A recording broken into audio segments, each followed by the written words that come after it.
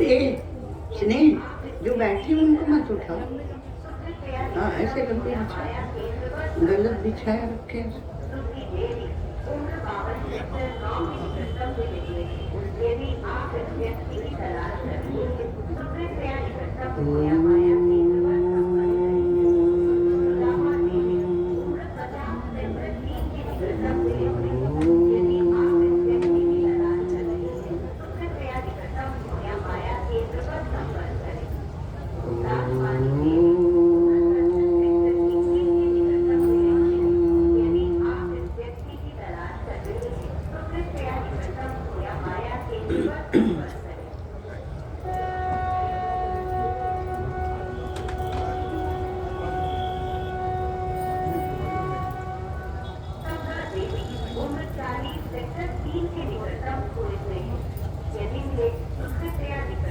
विश्वं दर्पण दृश्यमान नगरी तुल्यं निजान्तर्गतं पश्यन्नात्मनि मायया बहिर्भूतं यथा निद्रया यः साक्षात् कुरुते प्रबोधसमये स्वात्मानमेवाद्वयं तस्मै श्रीगुरुमूर्तये नमैदं श्रीदक्षिणामूर्तये।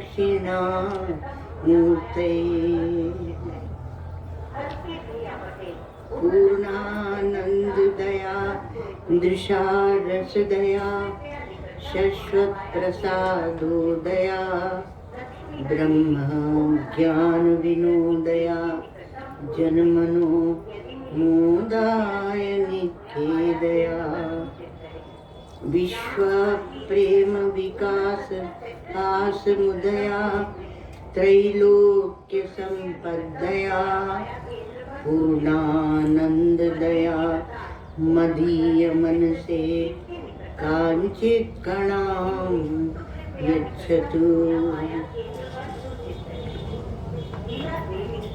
अखंडानंद संबोध पूर्तये ब्रह्ममूर्तये सुधास्मित समाश्लिष्ट नेत्रांत स्फूर्तये नमः।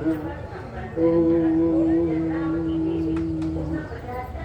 श्रुति स्मृति पुराणानां आलयं करुणालयं नमामि भगवत्पादं शंकरं लोक शंकरं नमामि भगवत्पादं शंकरं लोक शंकरं। पार्थाय प्रतिबोधितां भगवता नारायणेन स्वयं व्यासेन ग्रथितां पुराणमुनिना मध्ये महाभारतम् अद्वैतामृतवर्षिणीं भगवतीम् अष्टादशाध्यायिनीम् अम्ब त्वामनुसन्दधामि भगवद्गीते भवद्वेषिणीम्। नमोऽस्तु ते व्यासविशालबुद्धे कुल्लारविन्दायत पत्रनेत्र येन त्वया भारततैलपूर्णः प्रज्वालितो ज्ञानमय प्रदीप प्रपन्नपारिजाताय स्तोत्रवेत्रैकपाणये ज्ञानमुद्राय कृष्णाय गीतामृतदुहे नमः। सर्वोपनिषदो गावो दुग्धा गोपालनन्दनः पार्थो वत्स सुधीर्भोक्ता दुग्धं गीतामृतं महत् वसुदेवसुतं देवं कंसचाणूरमर्दनं देवकी परमानन्दं कृष्णं वन्दे जगद्गुरुम्। छठवें श्लोक से 8वें अध्याय के 6वें श्लोक से पाठ करें। सब लोग गीता ले लें।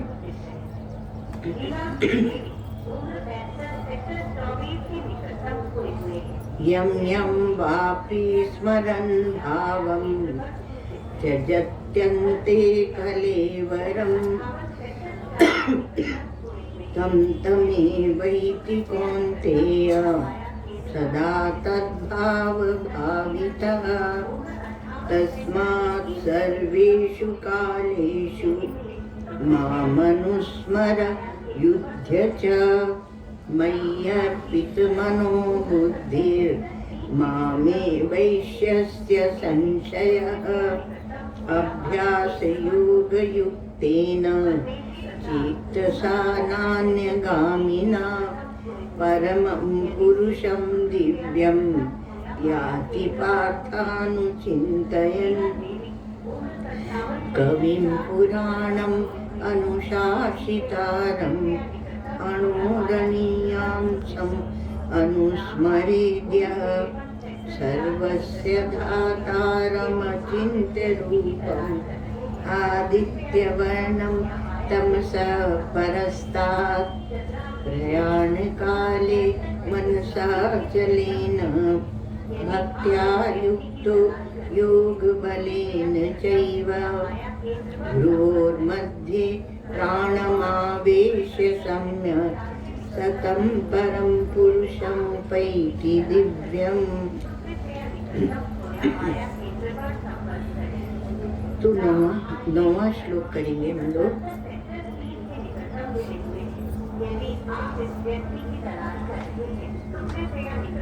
8वें श्लोक में भगवान ने कहा परमं पुरुषम दिव्यम याति। दिव्य परम पुरुष को वह प्राप्त करता है, प्राप्त होता है। याति पार्थ अनुचिंतयन, अनुचिंतन करता हुआ वह प्राप्त करता है। अब भाष्यकार भगवान कह रहे हैं किम विशिष्टम च पुरुषम याति इति उच्यते। किन लक्षणों से युक्त उस परम पुरुष को यह प्राप्त करता है, इस पर कहते हैं कविम पुराणम अनुशासितारम अणोरणीयांशम अनुस्मरेद्यः। सर्वस्य धातारम अचिन्त्य रूपम आदित्य वर्णम तमसा परस्तात्। ऐसा उसके रूप का, परमात्मा का वर्णन किया गया। इस प्रकार से आप अनुचिंतन करें, इस प्रकार से आप स्मरण करें। हम लोगों ने देखा था सगुण रूप में भी चिंतन कर सकते हैं, निर्गुण रूप में भी चिंतन कर सकते हैं। तो वही जो परमात्मा निर्गुण है, निराकार है, वही भक्तों के प्रेम के कारण सगुण हो जाता है, अर्थात भक्त उनका स्मरण कर सके। अब यहाँ भाष्य में देखेंगे, पहले शब्दार्थ देख लें। कवि है, पुराण है, अनुशासिता है, अणोरणीयांशम अर्थात सूक्ष्म से भी सूक्ष्मतर है। ऐसे जो उसका स्मरण करता है।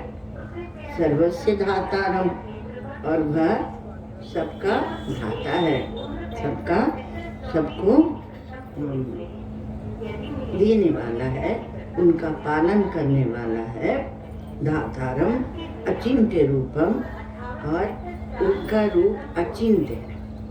अचिंत्य है अर्थात मन बुद्धि का विषय नहीं है। अचिंत्य है अर्थात वह सूक्ष्म शरीर से नहीं प्राप्त किया जा सकता। आदित्य वर्णम तमसा परस्तात्। तमसा परस्तात्, अब वह ये मोह रूपी जो अंधकार है, तमस है, उससे अतीत है। परस्तात् उससे अतीत है। और आदित्य वर्णम, लेकिन सूर्य के समान वह नित्य चेतन स्वरूप प्रकाश में है। उसकी प्रकाश को लेकर इंद्रियां प्रकाशित होती हैं। आँख देखती है, वाणी बोलती है, जिह्वा रसास्वादन करती है, कान सुनते हैं और स्पर्श का अनुभव करते। तो क्या ऐसा हुआ कि क्या ज्ञानेंद्रियों को ही वो प्रकाश देता है?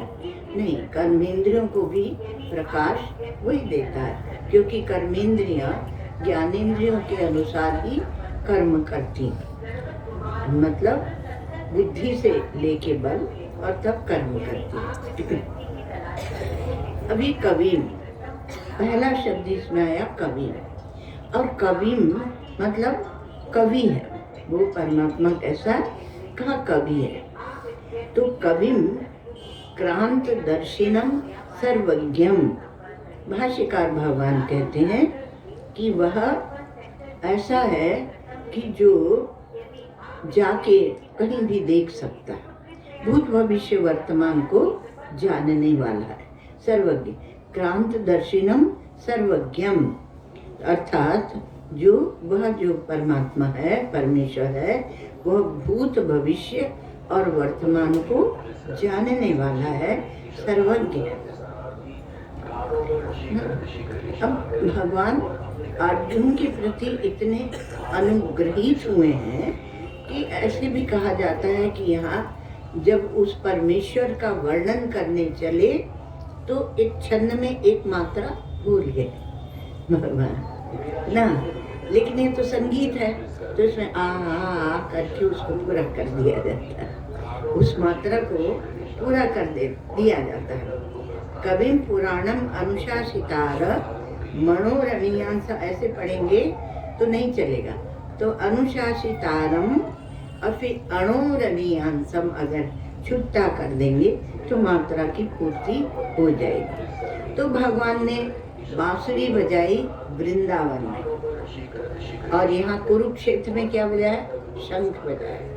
पांचजन्यम ऋषिकेशम, भगवान ने शंख बजाया तो कुरुक्षेत्र में। परंतु यह गीत जो है, यह गीत, यह संगीत, यह गीता है ना, गीता सुगीता कर्तव्या कि मन्ने शास्त्र विस्तरे, ये गीता, ये शंख ध्वनि नहीं है, और यह वंशी वादन भी नहीं, शंख ध्वनि भी नहीं है और वंशी ध्वनि भी नहीं है।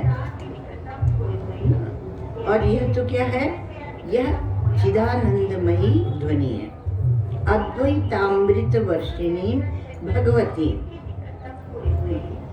पहले ये हम लोग मंगलाचरण में बोलते हैं, पार्थाय प्रतिबोधितम भगवता नारायणेन स्वयं, उसमें कहते हैं अद्वैतामृत वर्षिणी भगवती।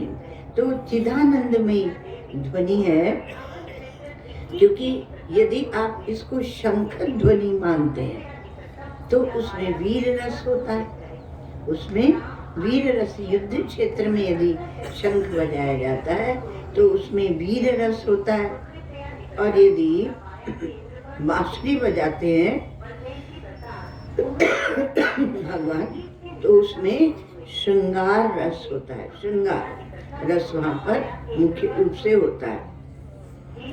और इसमें क्या है का, इसमें ज्ञान और आनंद दोनों का मेल है।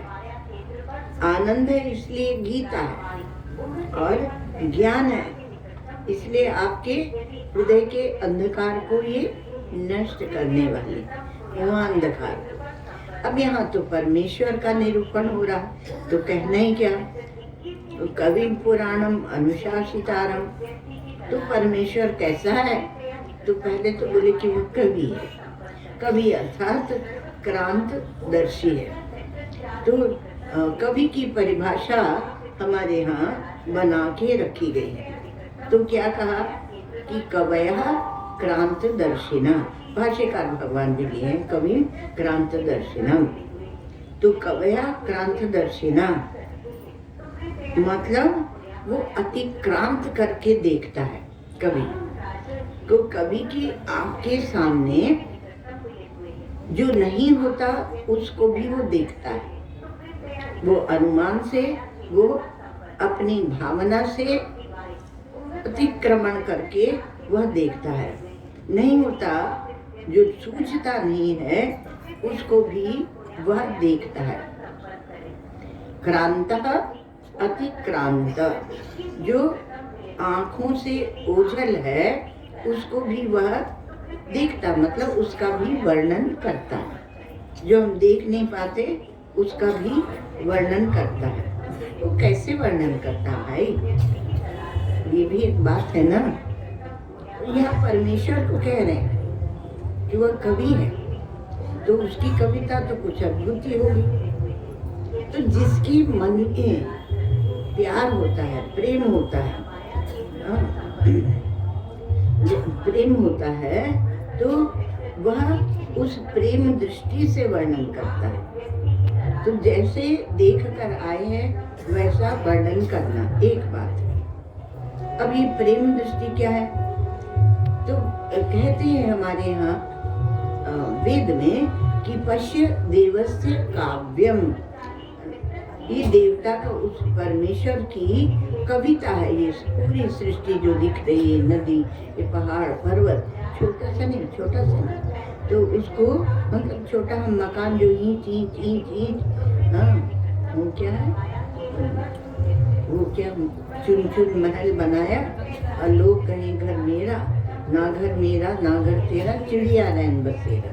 उसकी बात नहीं कह रही, जो इतना बड़ा बना के उन्होंने दिया है, तो वो उनकी वह कविता है। तो किसी के कवि क्या करता है, किसी के दिल में घुसते हैं और वहाँ जाकर प्यार देखकर आते हैं और फिर उसका वर्णन करते हैं। प्यार का वर्णन करते हैं तो वह सौजन्य है, और जब उसके दोषों का वर्णन करते हैं तो वह दौर्जन्य है। तो सौजन्य का भी वर्णन करता है और दौर्जन्य का भी वर्णन करता है। जैसे कि जब मान लो कि बोलते हैं राम तुम्हारा व्रत स्वयं ही काव्य है, कोई कवि बन जाए सहज संभाव्य है। मैथिली शरण गुप्त बोलते हैं कि हे श्री राम, तुम्हारा चरित्र ही एक कविता है और उसको जो देखने लगता है वो कवि बन जाता है, ऐसा उन्होंने बताया। तो अब जो रावण का वर्णन करेगा तो रावण से एक होके रावण का वर्णन करेगा कि नहीं, मतलब उसके दिल में घुसेगा रावण के, इसी को बोलते हैं कवि। और राम का वर्णन करेगा तो राम के हृदय में प्रवेश करके और तब राम का वर्णन करेगा, उनके सद्गुणों का वर्णन करेगा। तो राम का वर्णन करते हैं तब राम से एक होते हैं, रावण का वर्णन करते हैं तो रावण से एक होते हैं। इसलिए तुलसीदास जी महाराज पहले ही कहते हैं हम सबको नमस्कार कर ले, संत हो असंत, मनो संत असंत सबका, सबकी चरणा। बिछुरत एक प्राण हरि ले और मिलत एक दुख दारुण दे। तो वहाँ जाके और वर्णन करते हैं। और जहाँ जहाँ ऐसे प्रसंग आते हैं अधिक उसके, अधिक कष्ट के, तो तुलसीदास जी महाराज उसका निरूपण ही नहीं करते, छोड़ देते, क्योंकि संत है तो वहाँ तक वो जा ही नहीं पाते। तो वो ऐसा ये बात कही गई कि दोनों ही बातें, चाहे राम का हो चाहे रावण का, दृष्टांत है राम और रावण। तो आपकी आंखों से तो ओझल है, ना राम की सुनी है आपने, ना रावण की सुनी है, ना उनके दिल की बात सुनी है, ना उनके दिल की बात सुनी है। तो आपने किसको दिल में बिठाया? अर्थात राम का वर्णन करते हैं, रावण का वर्णन करते हैं, तो उनके दिल से, विचारों से एक होकर वर्णन करते हैं। अब यही जो कवि हैं वो सातवें आसमान की बात ले आते हैं, मतलब दूर की बात भी ले आते हैं और पाताल की भी बात ले आते हैं। तो दूसरे के दिल की बात ले आते हैं। दूसरे के दिल की बात लाना भी ऐसे ही जैसे सातवें आसमान की बात, और इसमें हम लोग उलझे रहते हैं।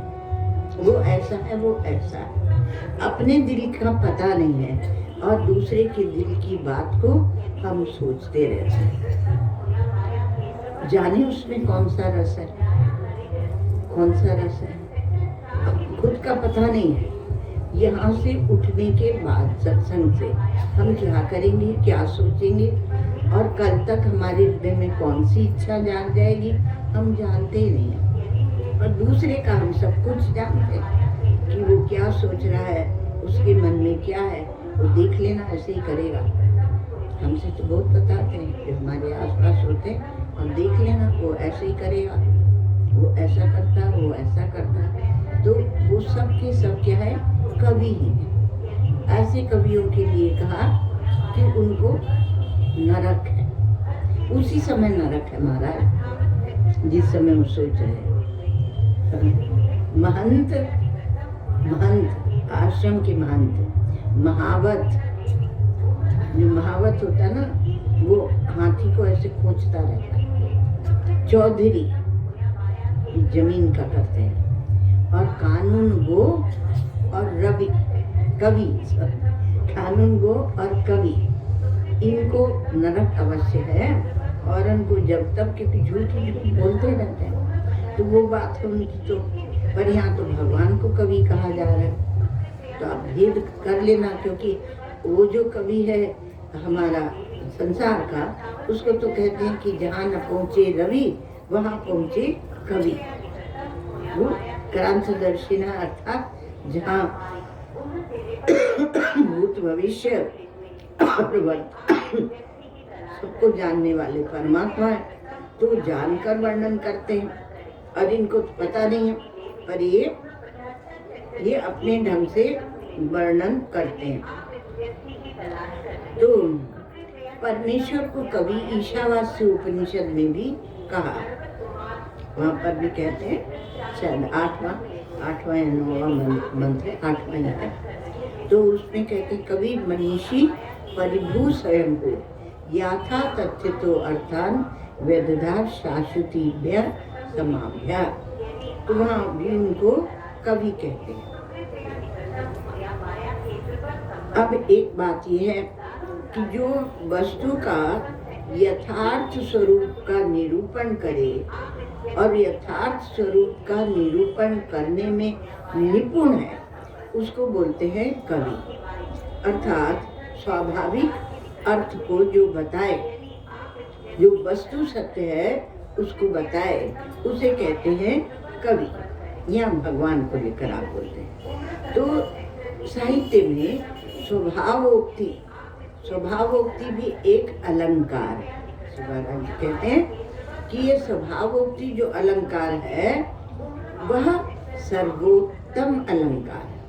आपने जैसा देखा वैसा ही उसका वर्णन करें, वह सर्वोत्तम अलंकार है। अतिशयोक्ति, वक्रोक्ति, उपमा, अनन्वय ये अलंकार नहीं। ये रूपक, उत्प्रेक्षा ये भी अलंकार नहीं है यथार्थ दृष्टि से देखे तो अलंकार क्या है? स्वभावोक्ति, जैसा जो है उसका वैसा वर्णन करना। तो स्वभावोक्ति रसोचारु यथावत वस्तु वर्णनम, जो वस्तु जैसी उसका वैसा वर्णन कर देना, उसको कहते हैं स्वभावोक्ति। तो वस्तु का यथार्थ वर्णन होना चाहिए, नमक मिर्च लगाकर वर्णन नहीं करना चाहिए। और कवि जो है वह यथार्थ वर्णन करता है, उसको शक्ति होती है कि यथार्थ का वर्णन करे। अभी पत्रकारिता बहुत बड़ी है, तो पत्रकारिता में भी कहते हैं कि भाई जो यथार्थ है वैसा वर्णन करो। एक पत्रकार हमसे जुड़े हुए हैं, तो वो कहता है, वो बच्चा वो कहता है कि हम तो सत्य का निरूपण करने की, सत्य जैसा है उसको वैसा दिखाने का ही हम खाते हैं, हमारी वही जीविका है, इसलिए हम सत्य से नहीं हटते। तो ऐसा किसी को हिम्मत होना चाहिए।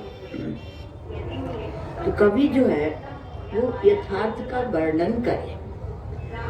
तो कम सुखम बाती, जो सुख का एक और परिभाषा है, जो सुख का स्रोत है, जो सुख का झरना है, जो सुख की गंगा है, उसको बहा दे, अर्थात सबके हृदय में आनंद दे। संसार में, दुनिया में, विश्व में जो ऐसा आनंद का झरना बहा दे, तो वही सुखी सुख बरसे उसकी वाणी से, वही वास्तविक कवि। इसलिए हमारे यहाँ कहते हैं कि भाई सरस्वती तो आपने आवाहन किया तो आ गई, अब उन्हें शीतल होना है। तो यदि आप भगवान नाम का, भगवान के चरित्र का, उनके गुणों का वर्णन नहीं करते हैं तो शीतल नहीं हो पाती। और फिर वो कहती है, अरे मैं क्यों आ गई। वो करुणामयी है, वो आ जाती है, वो देवी, लेकिन फिर उन्हें लगता है कि इसने मुझे शीतल सरोवर में तो स्नान करवाया ही नहीं। तो एक ऐसे भी कहते हैं कि रमणीय पद विन्यास हो और रमणीय वाक्य हो, उसको बोलते हैं काव्य। अब पद विन्यास आजकल तो मुक्तक छंद हो चले, तो रमणीय पद विन्यास हो, रमणीय वाक्य हो, पर अर्थवत रमणीय हो, उसका कुछ अर्थ भी निकलना चाहिए। अब ये जो परमेश्वर है, यह कैसा, यह कवि है। तो वेद में परमेश्वर के लिए ऐसे कहा कि वह परमेश्वर अकेला था, एकांत में था। तो उसने सोचा कि समय को कैसे काटें, तो उसने काव्य रचना की। काव्य रचना प्रारंभ की।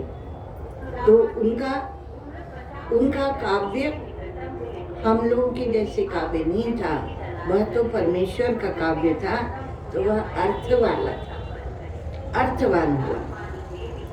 केवल शब्द नहीं थे उसमें अर्थ भी थे। जिनकी श्वास से वेदों की उत्पत्ति होती, वो परमेश्वर। यस्य निश्वसितम वेदा, तो उन्होंने जो काव्य रचना की उसमें अर्थ था। और अभी जो आजकल के कवि होते हैं, तो उनकी रचना में क्या होता है, शब्द ही शब्द रह जाते हैं, अर्थ बहुत नहीं निकलता है। और वो जो अंग्रेजी में बोलते हैं राइमिंग, अर्थात एक वो मिला देते हैं रिदम, उसी को कविता समझ लेते हैं, अरे बोले हम तो ऐसा। और अब बहुत ऐसा चल पड़ा, वो जोड़ दिया और बड़े खुश हो गए कि हमारी बुद्धि बहुत विशेष है, हमने कविता कर ली। जैसे आखिरी का जो शब्द है, उसके दूसरी पंक्ति जब लिखी तो उसमें लिख दी। अब परमात्मा का काव्य है, तो परमात्मा का, परमेश्वर का काव्य कहा ये वृक्ष, ये पेड़, ये फल, ये फूल, सब उसी की रचना, उसकी कविता। और फिर आप ये सोचते कि कोई मुस्कुरा के हमारी ओर देखे, वो बत्ती सी भी उसका काव्य, परमेश्वर का। फिर ये कहते हैं कि वो प्यार भरी आंखों से हमें देखे, तो फिर उसके आंखों में जो चमक है वह देखने का मन होता है। तो ये क्या है, यह ईश्वर की कविता है। इसलिए कविता को हटाकर और भगवान की आंखों में देखते हैं। बड़ी बड़ी आंख वाले कौन है? वो जगन्नाथ जी, बड़ी बड़ी दो आंखें। तो उनको देखें तो ईश्वर की कविता है, ये सब ईश्वर की कविता है। गुरु नानक देव एक जगह बैठे हुए थे, तो एक लड़की आई, छोटी लड़की थी, उसके साथ और भी लोग थे। तो बहुत दिव्य सौंदर्य था उसका, तो उसका ऐसे करके देखते ही रहे। तो सबने कहा क्या देख रहे हो? तो बोले कि उस कारीगर की रचना देखा, उसने कैसे दो कान बराबर बनाए, दो आंखें बराबर बनाई, दो हाथ सब बराबर समान समान बनाया। उसकी रचना विचित्र है। देखत तब रचना विचित्र अति, समूझी मन ही मन रही है, केशव कहीं न जाए का कहिए। तो जो हाथों की रेखाएं होती है ना, हस्तरेखा, वो एक की रेखा दूसरे से मिलती नहीं है। अब कौन ऐसा बना सकेगा? कविता है उनकी, वो उनकी कविता ऐसी है कि एक हस्तरेखा दूसरी से हस्तरेखा से नहीं मिलती। नहीं तो अंगूठा क्यों लगवाते? हस्तरेखा की बात छोड़ दो, वो अंगूठा भी नहीं मिलता। वो किसकी रचना है? उसकी ओर भी तो देखो, उसकी ओर तो देखते ही नहीं हो। और जो झूठे दुनिया भर के हैं, इनकी ओर देखते हो। तो ईश्वर जो है वह गाता है, ईश्वर काव्य रचना करता है। पश्य देवस्य काव्यम, वह कविता करते हैं, और उनकी जो कविता है वह अमर कृति है। वह कृति, उनकी कृति, भगवान की जो कृति है वो मरती नहीं है और बुद्धि भी नहीं होती है। वो नित्य नूतन रूप ले लेकर आ जाती है, नित्य नूतन ना। वैसे भाष्यकार भगवान यहाँ कवि का अर्थ करते हैं सर्वज्ञ, यहाँ पर वो करते हैं क्रांतदर्शिनम सर्वज्ञ।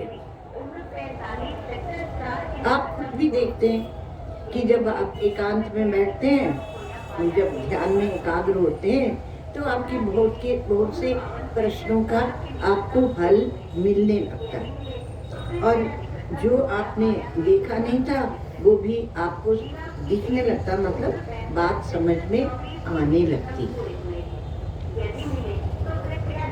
तो आप ये सर्वज्ञ का बता रहे हैं, जो क्रांतदर्शन सर्वज्ञ। तो कहा कि आप जिसकी शरण लेना चाहते हैं, जिस परमेश्वर की, वह परमेश्वर, और जिसका ध्यान करना चाहते हैं, तो वह, क्योंकि हम ऊपर के 2 श्लोकों में, कई श्लोकों में यही बात बताई गई कि उनका ध्यान करो, उनका स्मरण करो, चित्त को इधर उधर मत ले जाओ, उन्हीं में रहो। तो जिसका ध्यान करना चाहते हैं वह कैसा है? वह यदि अज्ञानी है तो बात नहीं बनेगी, तो अज्ञानी नहीं होना चाहिए और अल्पज्ञ भी नहीं होना चाहिए। छोटे छोटे ज्ञान में जो फंसा हुआ है वह अल्पज्ञ, वह सर्वज्ञ है। तो वह सर्वज्ञ है और आपके हृदय की बात को जानता है। अंतर्यामी जो होता है वही सर्वज्ञ होता है। तो आपके प्रभु तुम जानत अंतर्यामी, करनी कछु न करी, तुम मेरी राखो लाज हरी। तो वह अंतर्यामी है और वह जानता है, और तुम जो जानते हो उसको भी वह जानता है। तो फिर हमारा ज्ञान उनका ज्ञान बराबर हुआ। तो कहा नहीं, जो तुम नहीं जानते हो वह भी वह जानता है।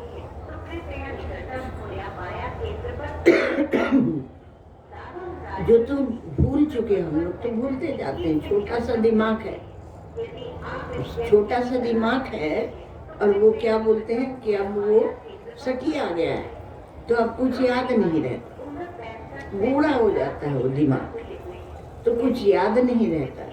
तो इसलिए कहा कि नहीं, तुम भूल जाते हो, पर उसका कोई अलग से ऐसे दिमाग तो है नहीं। वास्तव में हमारे यहाँ वेदांतों में ये कहते हैं कि ईश्वर का कोई अलग अंतःकरण नहीं होता। वो जो तत्व की महात्मा है, उन्हीं के अंतःकरण के द्वारा अपना काम करता रहता है। वो जो बोलते हैं वह उनकी वाणी हो जाती है। अब यहाँ वो कौन है? भगवान श्री कृष्ण है। तो वो जो गाते हैं वही उस परमेश्वर का गीत है, क्योंकि गीता तो सच्चिदानंदमयी है और भगवान स्वयं सच्चिदानंद भगवान है, परमात्मा है, अवतरित हुए हैं। तो जिसको आप भूल चुके हो उसको भी वह जानता है, और आगे जो आप जानेंगे उसको भी वह जानता है। वह कवि है और वह सर्वज्ञ भी है। तो तात्पर्य है कि अज्ञानी की शरण नहीं लेना चाहिए और अज्ञानी का चिंतन भी नहीं करना चाहिए। नहीं तो चिंतन किया हुआ व्यर्थ, अनुस्मरण, अनुचिंतन, पूर्व के 8वें में का अनुचिंतन, 7वें में का अनुस्मरण। तो ये अनुस्मरण, अनुचिंतन किसका करे?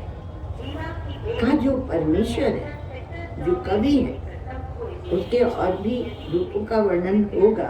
अभी तो हम लोग केवल कवि को देख रहे हैं। तो उसका जो अज्ञानी है, अल्पज्ञ है, उसका चिंतन नहीं करना चाहिए। क्या लाभ होगा? शरण लो तो बड़े बड़े की शरण लो, श्रेष्ठ की शरण लो, सर्वज्ञ की शरण लो, हीन की शरण नहीं लेना चाहिए, संग भी नहीं करना चाहिए। हीयते ही मतिस्तात हीनई संग समागमात्। संग का बहुत प्रभाव पड़ता है। यदि आप छोटी बुद्धि वालों का संग करोगे, आपकी बुद्धि छोटी हो जाएगी। संग किसका करते हो उसका बहुत महत्व है। हीयते ही मतिस्तात हीनई संग समागमात्। पर जो हीन बुद्धि का है उसको हीन का ही संग अच्छा लगता है। देखो, उसको बताया भी जाए तो उसे पसंद नहीं आता। और जिसकी बुद्धि बड़ी है वो बड़े का ही संग करेगा। तो जिसकी बुद्धि शुद्ध हुई है वो उसी परमात्मा का ध्यान करेगा, अनुचिंतन करेगा, स्मरण करेगा। जो जिसकी शरण लेनी चाहिए, जो शरण्य। तो अब जो शरण्य नहीं है उनका, अज्ञानियों का चिंतन नहीं करना चाहिए। अनुचिंतन का हम तो अनुचिंतन करते हैं। किसका करते हैं? उन मूर्खों का चिंतन करते हैं। तो उससे क्या लाभ होगा आपको? तो सर्वज्ञ का चिंतन करो जो सब कुछ जानता है। आगे कहते हैं कवि पुराणम। पुराणम का अर्थ होता है पुरा इति नवम इति पुराणम, ऐसी नैरुक्त होती है। तो पुराने जमाने में भी वो नया था, पुराने जमाने में भी नया ही था। आगे आ जाइए किशोरी दास, आगे आ जाइए। नीचे नहीं, ऊपर। तो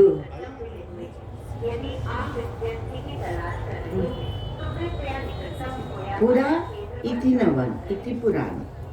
तो पुराने जमाने में भी वो नया ही था, क्योंकि वह परमेश्वर, वह नित्य नूतन है।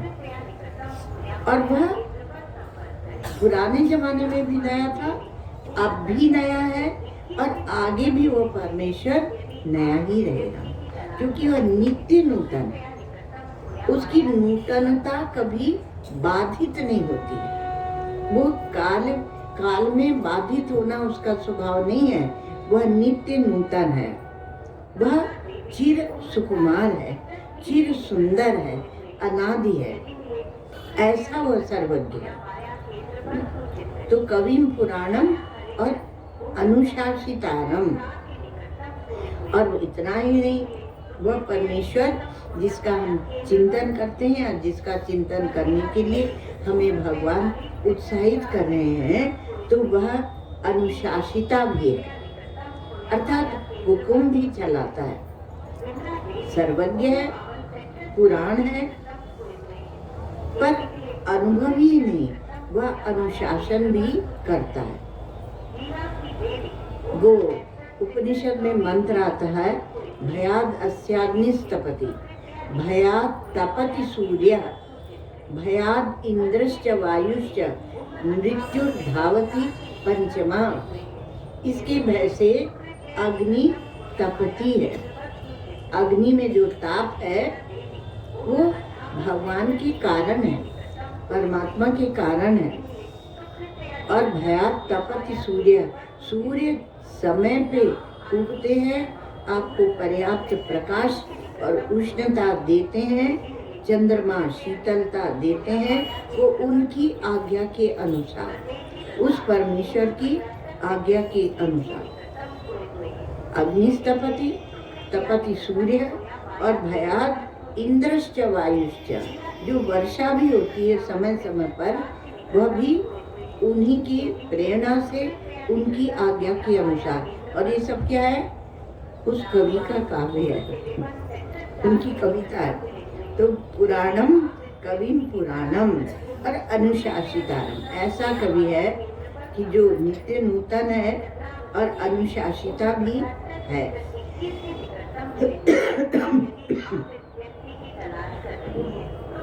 भयाद इंद्रश्च वायुश्च, वायु जो चलती है वह भी उनकी आज्ञा से ही चलती है। ये तारे निकलते हैं, ये वर्षा होती है, समय पे शीत ऋतु आती है। और मृत्यु धावती पंचमा, और कहा मृत्यु, हाँ वो तो मृत्युंजय है भगवान, मृत्यु भी उनके हाथ में है, मौत भी उनकी आज्ञा का पालन करती है। आप देखते हैं कि वो जो उनको मृत्यु आई तो भगवान शिव के पास पहुंच के और उनका आलिंगन कर दिया। तो भगवान शंकर ने कहा, अब ये मेरी शरण में, अब तुम्हारे हाथ में नहीं है। कौन थे वो? महापुरुष मार्कंडेय।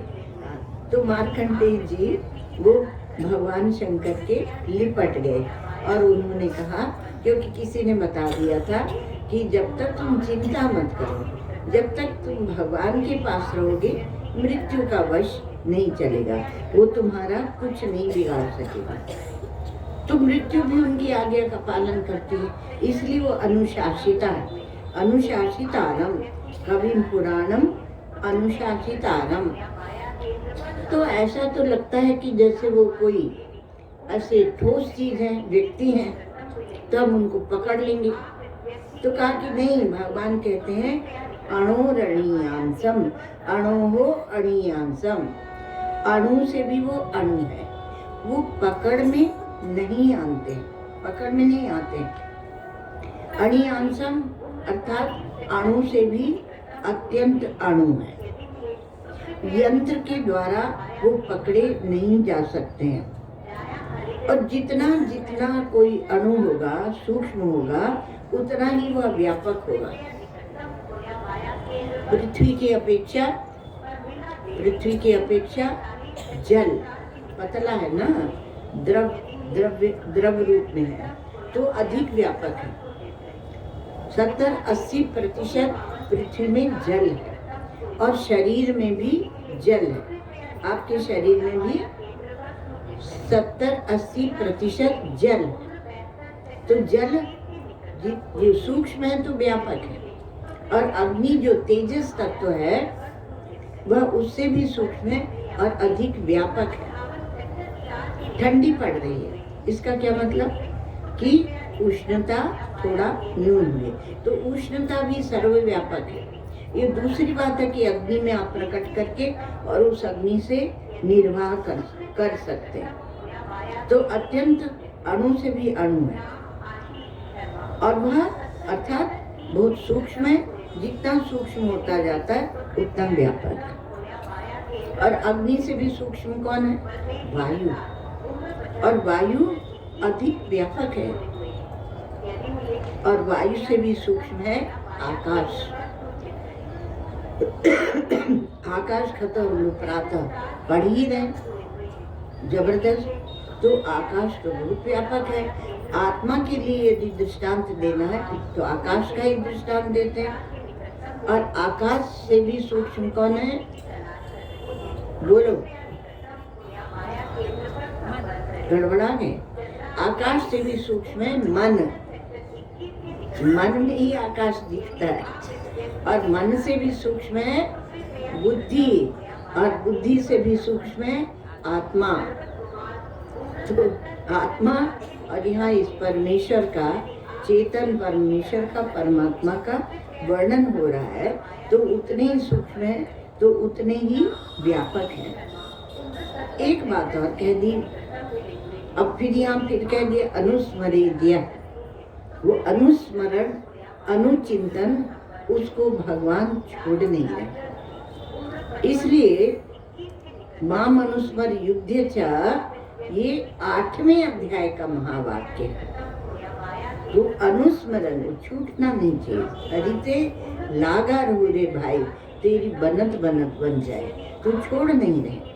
तो उसके आगे कहते हैं सर्वस्य धातारम। इतना ही नहीं, वो सबको वही दूध पिलाते हैं। हम लोग गाय की पूजा करते हैं, माता की पूजा करते हैं क्योंकि उनका दूध पिया होता है। गौ माता की करते हैं क्योंकि उनका दूध पीते हैं। लेकिन भगवान क्या है? वो सबके धाता हो, सबको वही दूध पिलाते हैं। आप ये बताइए, गेहूं में भी दूध है, अंगूर में भी रस है, वो किसने डाला वहाँ? किसी ने डाला वहाँ, लेबोरेटरी से डाला, कहीं से आया।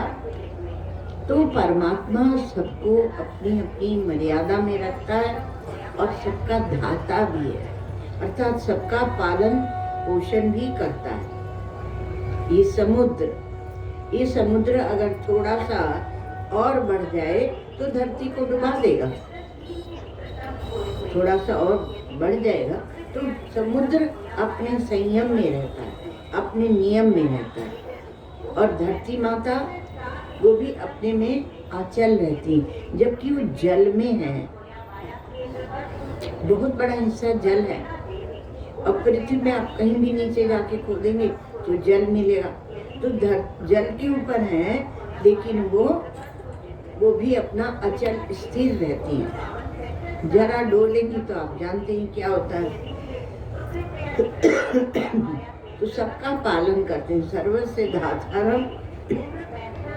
उसी प्रकार से वायु तेज बहे तो बड़ी बड़ी चट्टानों को उखाड़ दे, और चट्टान वहाँ के वहाँ रहते हैं। ये भगवान की महिमा आप जितना देखेंगे उतना चारों ओर उनकी महिमा है। चंद्रमा यदि थोड़ा आपके पास आ जाए, पृथ्वी लोक के पास, तो सब शीतल हो जाएगा। सूर्य थोड़ा पास आ जाए, सब कुछ जलने लगेगा। तो सब अपनी मर्यादा में रहते हैं। आदित्य वर्णम चिंत्य रूपम, वो अचिंत्य रूप है। परमात्मा का चिंतन नहीं हो सकता, लेकिन चिंतन करना है। अनुचिंतन, अनुस्मरण ये कहा जाता है। और चिंतन जब आप करते हैं तो मन को सुलाकर चिंतन नहीं होता। मन को जागृत रखिए, बुद्धि को जागृत रखिए। क्या सुप्त और मंद बुद्धि को आप परमात्मा को अर्पित करेंगे। जो पहले 7वें श्लोक में कहा कि मई अर्पित मनो बुद्धि मामेव ऐष्यसि, और इसमें कोई संशय नहीं है। तो उस मन बुद्धि को जगा के रखना है। तो भगवान नाम से, भगवान की चरित्र से, आप उनका चिंतन करते हुए, उनकी महिमा से, तो मन को सुलाकर चिंतन नहीं होता। और अनुस्मरेद्य, पहली पंक्ति में कहा कि उनका अनुस्मरण होता है। अर्थात आप जैसा शास्त्र में बताया, जैसा भाष्यकार भगवान ने बहुत स्पष्ट किया, शंकराचार्य भगवान ने, कि जैसा शास्त्र आचार्योपदेशम अनुज, उसके अनुसार ही आपको चिंतन करना है। प्रथम मुनि हरिकीरति गाय, पहले जैसा बताया है वैसा ही चिंतन करना, अपना मनमानी चिंतन नहीं करना चाहिए। कहा भगवान सब सर्वरूप है और सब में है। इसलिए एक किसी ने कहा कि हम तो भगवान को भूत के रूप में ध्यान करते हैं। अशास्त्रीय, अवैदिक, सनातन धर्म के अनुसार नहीं। तो आप पहले उनका जो सगुण रूप और निर्गुण रूप, साकार रूप और निराकार रूप, अब कम थोड़ी दिया गया। अब यदि जो हमारे ऋषि मुनियों ने, विशेष करके भगवान वेद व्यास ने जो शास्त्र दिए हैं, और फिर आज के भी जो हुए हैं, उन शास्त्रों को आप देखें तो आपका जीवन निकल जाएगा। अनुस्मरेद्य, जो उनका अनुस्मरण करता है, उनका ध्यान करता है, तो उसकी आगे गति हो जाती है। ओम सर्वे भवन्तु सुखिनः, सर्वे सन्तु निरामयाः, सर्वे भद्राणि पश्यन्तु, मा कश्चित् दुःखभाग् भवेत्। असतो मा सद्गमय, तमसो मा ज्योतिर्गमय, मृत्योर्मा अमृतं गमय। ओम पूर्णमदः पूर्णमिदं पूर्णात् पूर्णमुदच्यते, पूर्णस्य पूर्णमादाय पूर्णमेवावशिष्यते। ओम शांति शांति शांति।